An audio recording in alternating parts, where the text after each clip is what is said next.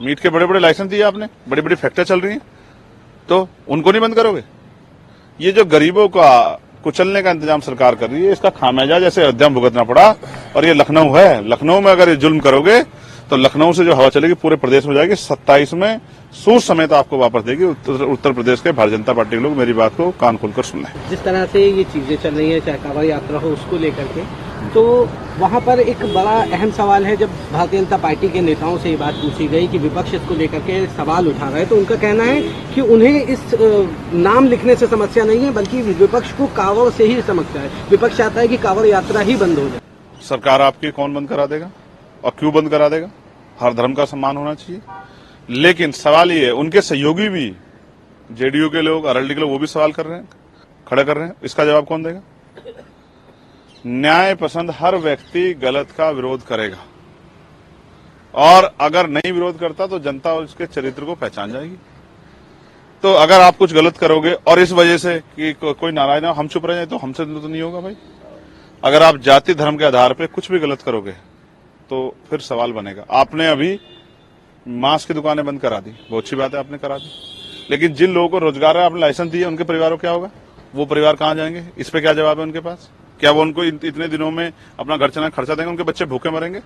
जब जो रोजगार है किसी का, उसको आप खत्म कर दोगे। एक तरफ आप बड़ी बड़ी कंपनियों को लाइसेंस दिए, आपने मीट के बड़े बड़े लाइसेंस दिए, आपने बड़ी बड़ी फैक्ट्रियां चल रही हैं, तो उनको नहीं बंद करोगे? ये जो गरीबों का कुचलने का इंतजाम सरकार कर रही है, इसका खामियाजा जैसे अयोध्या में भुगतना पड़ा। और ये लखनऊ है, लखनऊ में अगर ये जुल्म करोगे तो लखनऊ से जो हवा चलेगी पूरे प्रदेश में जाएगी। 27 में सूर समेत आपको वापस देगी। उत्तर प्रदेश के भारतीय जनता पार्टी के लोग मेरी बात को कान खोलकर सुन लें। आपने प्रेस कॉन्फ्रेंस के दौरान एक बात और कही थी। आपने कहा था जब उनसे सुरक्षा व्यवस्था के मुद्दे पर बात करो तो वो कहते हैं पिछली सरकार से बेहतर कर दिया। तो क्या आप भी मानते हैं कि पिछली सरकार से बेहतर? वही कहते हैं बेहतर कर दिया। कितना किया है तो हम आपके सामने खड़े, 4 गोली खा के कितना बेहतर किया है। उत्तर प्रदेश कितना सुरक्षित है आप देख लो। पुलिस की गोली से अब एक पुलिस का जवान मर गया। पुलिस को लोगों ने पीट दिया, एसडीएम को पीट दिया बनारस में। आप देखो, अधिकारी दफ्तर में सुरक्षित नहीं है।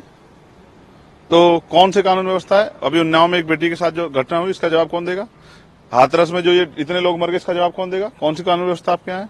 सब चीजों को टाल के और दूसरी सरकारों के ऊपर थोप के काम नहीं चलेगा। आप तो 7 साल से मुख्यमंत्री, आप बताओ ना, ये क्या काम चल रहा है? हमारे हाथ में होती, देखो कोई गुंडा अगर किसी गरीब की बेटी को सता देता या माफिया सही कर लेता, तो हमारे हाथ में नहीं, आपके हाथ में। आप क्या कर रहे हो? आप जवाब दो।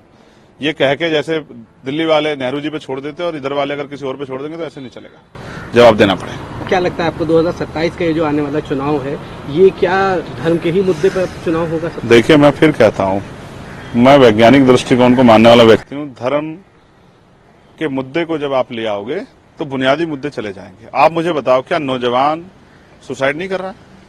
क्या नौजवान, उसका परिवार परेशानी नहीं झेल रहा? क्या नौकरियों के नाम पे धोखा नहीं किया आप लोगों ने? क्या गरीब मजदूर किसान को जो है मनरेगा में जो पैसा मिलता है, क्या उसका घर चल जाता है? आपने कौन से स्किल डेवलपमेंट में कौन से रोजगार खड़े हैं? इसका जवाब है सरकार के पास। महिलाओं को कुटीर उद्योग कहां लगाए हैं आपने? इसका जवाब है आपके पास। क्या है मुख्यमंत्री जी? ये जवाब दें। धर्म व्यक्तिगत है, हर आदमी का अपना धर्म है। आकिब साहब का अपना धर्म है, मेरा अपना धर्म है, सौरभ साहब का अपना धर्म है, अनिकेत जी का अपना धर्म है।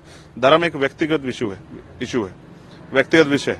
लेकिन बुनियादी सवाल, बुनियादी जरूरतों पे बात करनी पड़ेगी। सरकार से भाग नहीं सकती।